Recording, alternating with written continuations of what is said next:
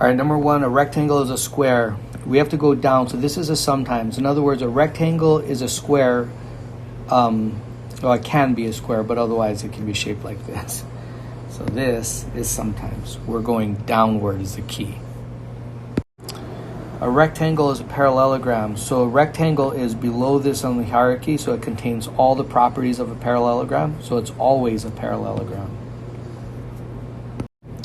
A square is a rhombus. A square, you have to go upward for this. So this square contains all the properties of rhombus. It's always a rhombus. A trapezoid has congruent legs. Well, a trapezoid, when it's an isosceles trapezoid, has congruent legs. So this is sometimes, because we have to go downwards to get from a trapezoid to an isosceles trapezoid. So it's sometimes. The diagonals of a rectangle. Well, the diagonals of a square are perpendicular, and a rectangle is sometimes a square, so this is sometimes. Opposite angles of a trapezoid are congruent. Well, in order for this to be congruent here, if these sides are always parallel, these sides would have to be parallel too. But then that's not a trapezoid, because a trapezoid has exactly one pair of opposite sides. So this will never be congruent with this. The diagonals of a rhombus bisect both pairs of opposite angles. That's actually one of the properties of a rhombus. So that's always. Opposite angles in a rectangle are supplementary. Well, the rectangle has 90-degree angles everywhere. So the opposites, 90 and 90, are obviously going to be supplemental always. This is always. All parallelograms are similar. I didn't even bother to write a chart, but this is obviously not true. I mean, I'll draw a parallelogram like this, and a parallelogram like this. Those are obviously not similar, but they're both parallelograms. So, but we can draw similar parallelograms. I could draw a parallelogram like this, and a parallelogram like this, and I'm not doing this very well, but those could be similar, and so it's sometimes. All equilateral triangles are similar. Well, that's true, because if this is an equilateral triangle, if I draw a bigger one that has 60-degree angles, those are going to be similar. That's always going to be true. Okay, both pairs of opposite sides are congruent. That's a property of a parallelogram. So everything under the parallelogram is going to share that property and have others on top of it. So that's going to be a parallelogram, a rhombus, a rectangle, and a square. All interior angles are right angles. That's only true always true on a rectangle and on a square.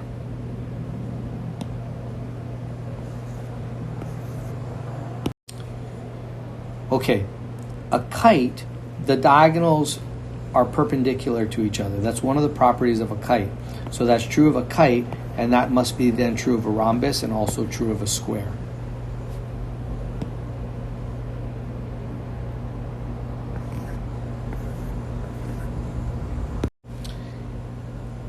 Both pairs of opposite sides are parallel. That's true for a parallelogram. That's true for, well, that means at least one pair, right? Both pairs. And a trapezoid is exactly one pair. So these two hold that property, and then everything under it's going to hold that property as well. So everything except a kite.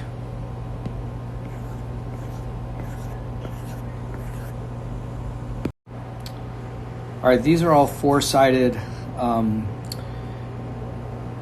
shapes, so they're all going to have angles that add up to 360. So all of these.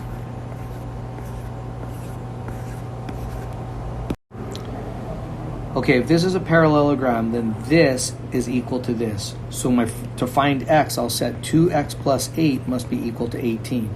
So 2x is going to be equal to 10, so x will be equal to 5. to find y, this is going to be equal to this. So we're going to set 4y minus 2 equal to 22. So 4y is equal to 24, and y is equal to 6. Okay, I think it's easier to find y first, because if this is a parallelogram, this is a transversal, then these are alternate interior angles and they're the same. So 4y plus 5 must be equal to 45. So 4y equals 40, so y equals 10. To find x, these are consecutive angles, and those are going to be supplemental. So this plus all of that is equal to 180. So what I have is 80 plus 4y plus 5 plus 11x is equal to 180.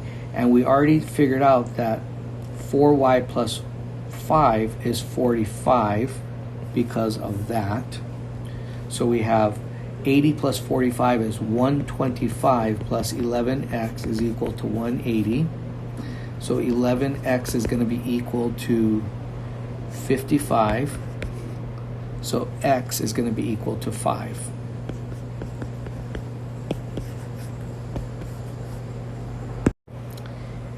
In a rhombus, all sides are congruent. So to find x, this is equal to 15. So that means 4x is equal to 15 minus 3 is 12. So x is equal to 3. And 3y is also equal to 15 because all sides are congruent. So y is equal to 5.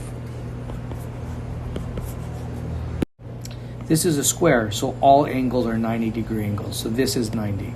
16x minus 6 is equal to 90. So 16x is equal to 96. So x is equal to 6. This is a trapezoid. That's the median.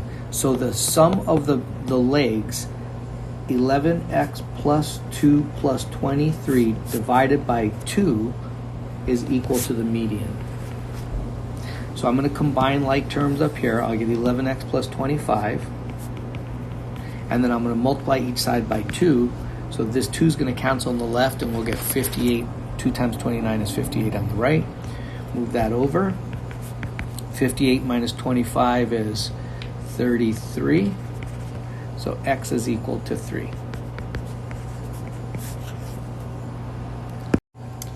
This is an isosceles trapezoid. So if you think about an isosceles trapezoid,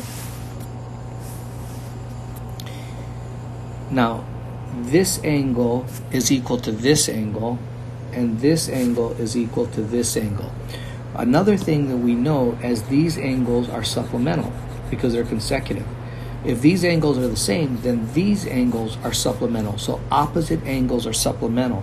So the opposite angles are this. So if these are supplemental, so my equation is 3x plus 4 plus 6x minus 13 is equal to 180. That gives us 9x minus 9 equals 180. So 9x equals 189. So x equals, 9 goes into 18 twice and into 9 once. So x is 21. Now, one of the angles is, oops, what did I just do? One of the angles is 3x plus 4, and the other is 6x minus 13. So 3x plus 4, 3 times 21 is 63, plus 4 is 67. So this is 67 and this is 67. And then 6x plus 3, 6 times 21 is 126. 126 plus 3 is 129. So this is 129 and this is 129. So the four angles are, wait, what did I just do?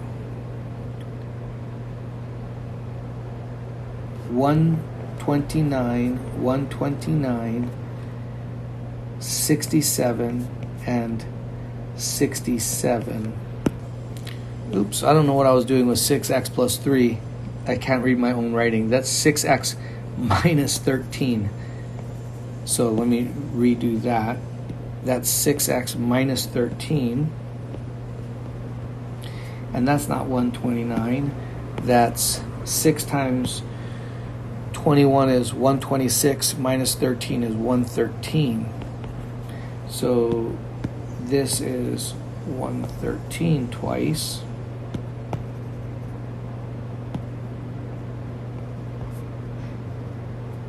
And 67 and 67. That's it. Okay, if you want to get rid of your x's, you can bring them to 4. If you want to get rid of your y's, you can bring them to 9. It really doesn't matter. I'm going to get rid of my y's by bringing them to 9. So I'm going to multiply the bottom by 3. And that's going to be 3x minus 9y equals negative 18. And I'm going to leave this one alone. And I'll add them together. Negative 4x plus 3x is negative 1x. The y's go away. 9 minus 18 is negative 9. So that gives us x is equal to 9. And then I'll take that and plug it into either one of those. If I plug it in there, I have 9 minus 3y is equal to negative 6. Bring this over. Negative 6 minus 9 is negative 15. Divide by negative 3 and get positive 5. So this ordered pair we're after is positive 9 for the x and positive 5 for the y. Make sure you put these in order. The first thing we want to do here is find the scale factor. So because they're similar, find a corresponding side where we're given both values. So here, this side and this side. So our scale factor is 5 over 2.5.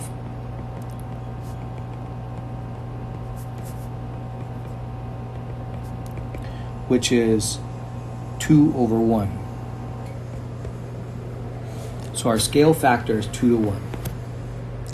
Now, take the scale factor, 2 over 1, and then to find x, let's see, x is here. That's our second one, so the x is going to go on the bottom.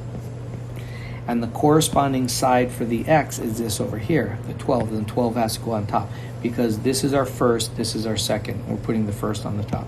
So now you could cross multiply the way it is, or you can divide across the top like this. And then when you cross multiply, oops, you have 1x equals 6. Now you could have just as easily not done canceling like that if you're not comfortable and say 2x is equal to 12, but that would give you x is equal to 6. To find y, we'll start with our scale factor, 2 over 1 is equal to, now our y is here, so this is our first one, so that's going to go up on top. And our corresponding side is here, so that 3 is going to go on the bottom. There's no canceling that I can do, so I cross multiply. 1y is equal to 6. To find z, I'm again going to start with my scale factor, 2 over 1. Now, z is here. The corresponding side is here. This side is the side that goes on top, and the second side goes on the bottom. So we have 10 over z. Now you can cross multiply if you want, or you can cancel first across the top and get 2 goes into 2 once, into 10 5 times, and then you cross multiply. 1z is equal to 5. If you did not feel comfortable with this canceling, you would just say 2z is equal to 10, and then you would get z is equal to 5. You can cross multiply if you want. 5x is equal to this times this, but I'm going to cancel before I multiply. 5 goes into 5 once, and 5 goes into 90 18 times. Then when I cross multiply, I get 1x is equal to 4 times this, which is 36 times 2 is 72.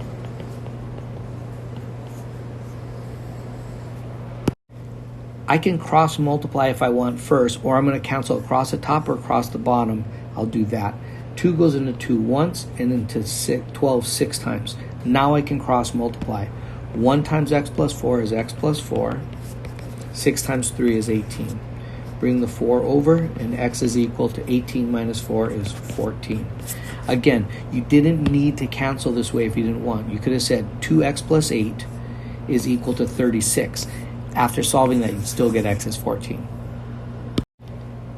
Complementary angles add up to 90. If they're in this ratio, I'm going to say 7x plus 3x is equal to 90. So x is equal to 9. Now, the largest angle is 7x. So 7x is 63. So the largest angle is 63. For this coordinate proof, the first thing I'm going to do is graph all of these. So positive 2, negative 4 is right there. That's A. Positive 4, positive 3 is right there. That's B. Negative 3, positive 6 is right there. That's C. And negative 5, negative 1 is right there. That's D. And then I'm going to grab a ruler and connect all these.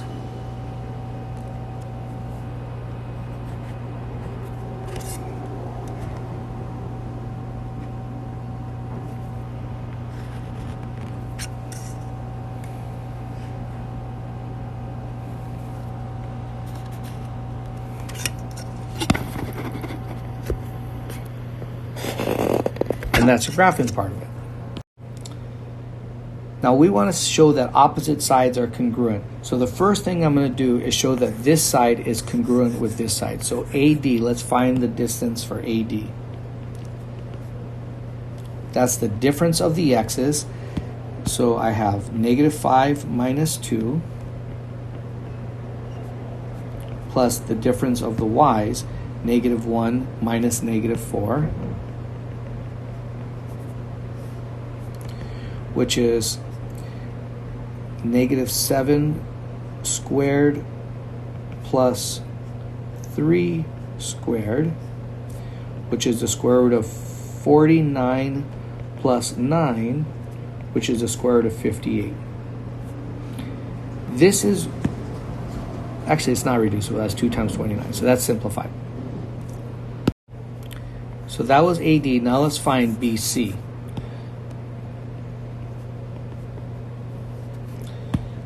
BC, the difference of the x's is negative 3 minus 4. And the difference of the y's is 6 minus 3.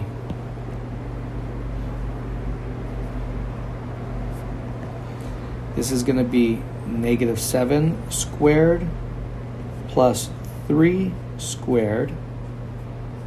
And we already did that. That's square root of 58. So we can see that this side and this side are congruent. So what I'm going to do to remind myself, I'll do this and this. Now let's find this side and this side. So let's first look at CD. CD is right here. So the difference of the x's is negative 5 minus negative 3.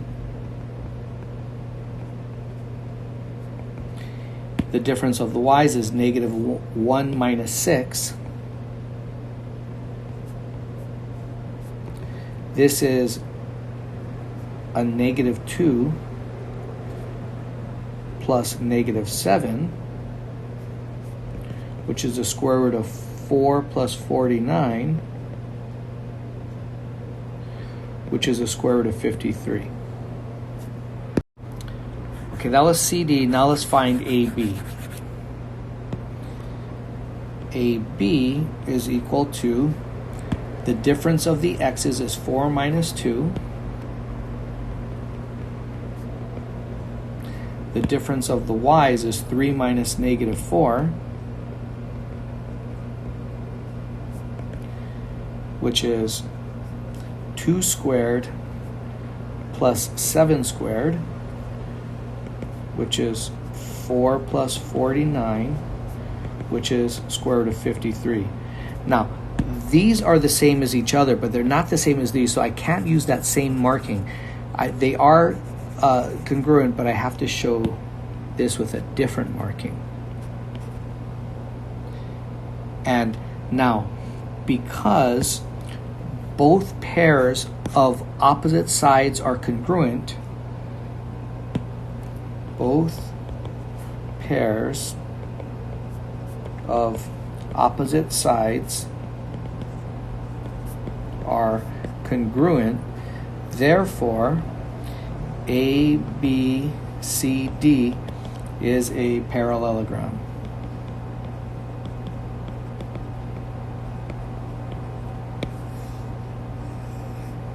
And that's it.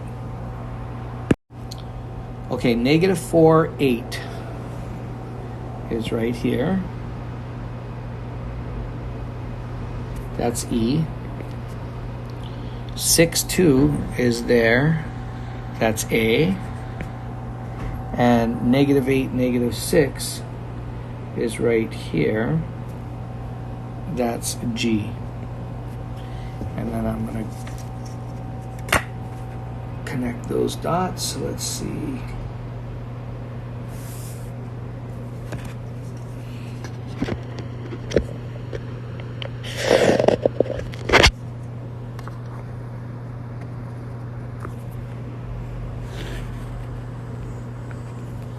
And that's the graph part of it. Okay, the median EL. So we're starting with E and we're coming out hopefully halfway. It looks like it's going to be there, but I got to show that mathematically. So I need the midpoint of AG. I'll do this in blue.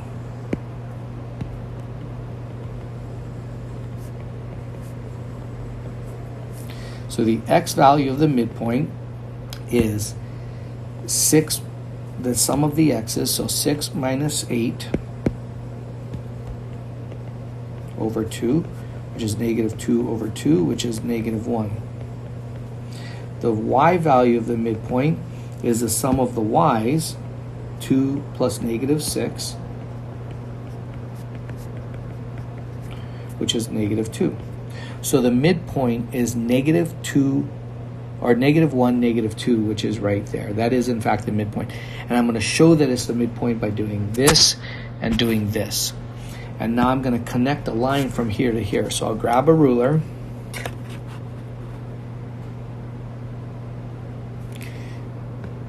And I'll draw that.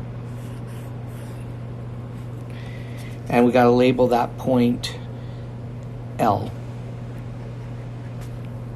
And that's it.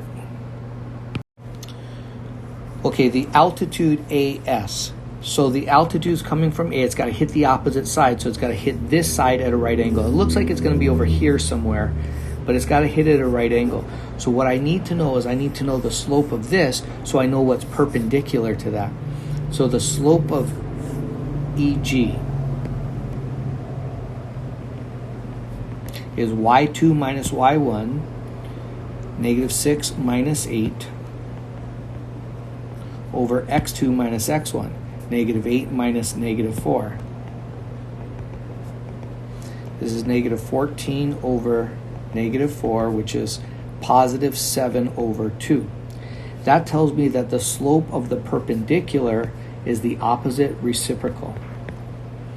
So starting from this point, I'm going to go, well, I can't go down 2 and run 7. I'll be off the graph, so I'll do the opposite. I'll go up 2 but left 7.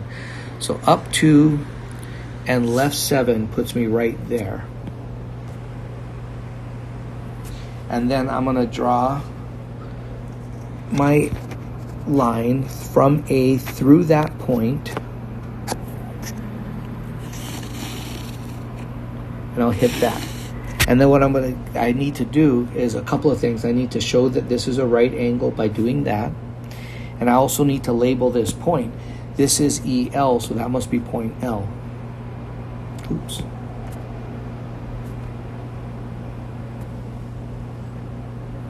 All right. Finally, we want the perpendicular bisector of EA. So here's EA. So first of all, I need to know the midpoint. So let's start with that. So the midpoint of EA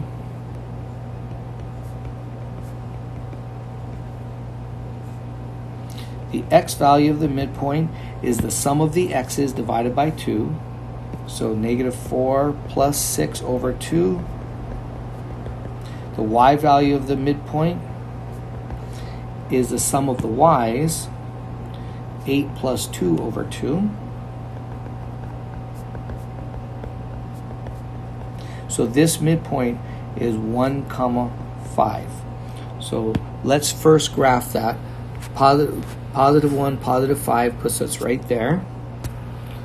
and that's the midpoint. Now I have to show that it's the midpoint by showing markings. I've already used a single line, so I'll use double lines here.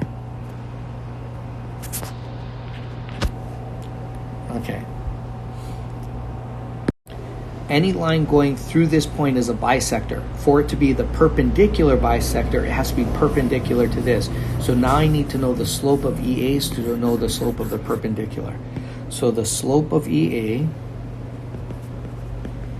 is y2 minus y1, 2 minus 8,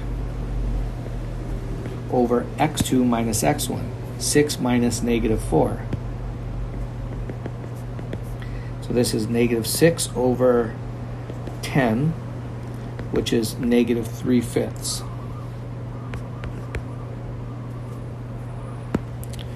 So the slope of the perpendicular is the opposite of reciprocal, so positive 5 over 3. So the slope of the perpendicular is positive 5 over 3. So starting with this point right here, you can rise 5 and run 3. And put you right there. That's kind of puts you off the graph though. So you could do the exact opposite and go down 5 and run 3, and that's going to put you right there. And I'd prefer that point. Okay, but anyway, I'm going to grab my ruler. Wait, let's see. Oh, I missed anyway. Down, up 5 and run 3 is this point, not that point. So, okay. Anyway, I'll grab my ruler and I'll lay this down.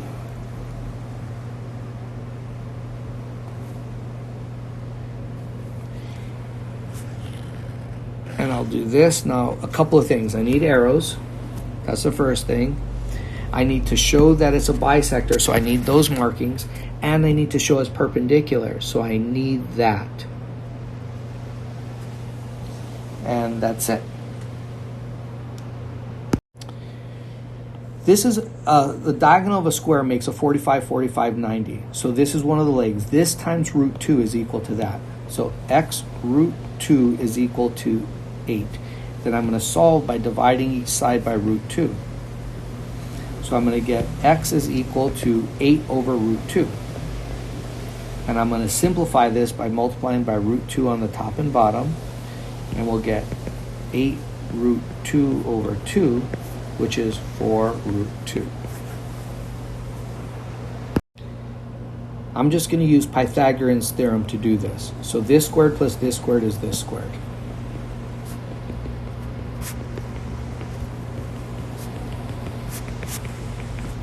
So x squared is 64 minus that, which is 48. So x is equal to the square root of 48, which I can write as 16 times 3. That's 48. And I do that because I can square root 16, taking it out to give me a 4. So my final answer is x is 4 root 3. This is a 30, 60, 90. This is the short leg. The long leg is root 3 times the short leg. So x is equal to 4 root 3. You don't really have to do any work for that. We're just done. This is a right triangle because it's a rectangle, so everything is right. So this is a right triangle. So these are the legs. So x squared plus 7 squared is equal to the hypotenuse squared.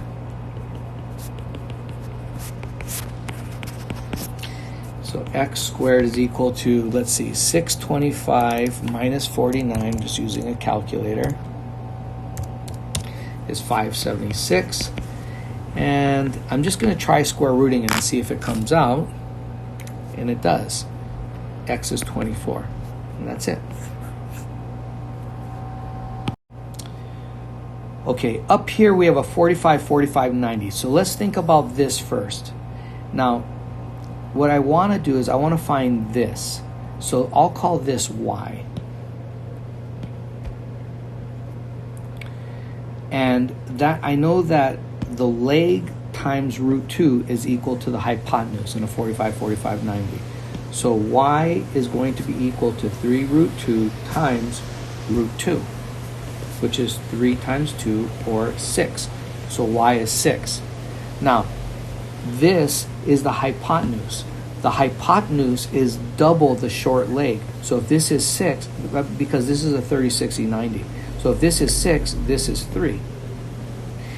And the long leg is root 3 times the short leg. So x is this times root 3. So x is 3 root 3. And that's it.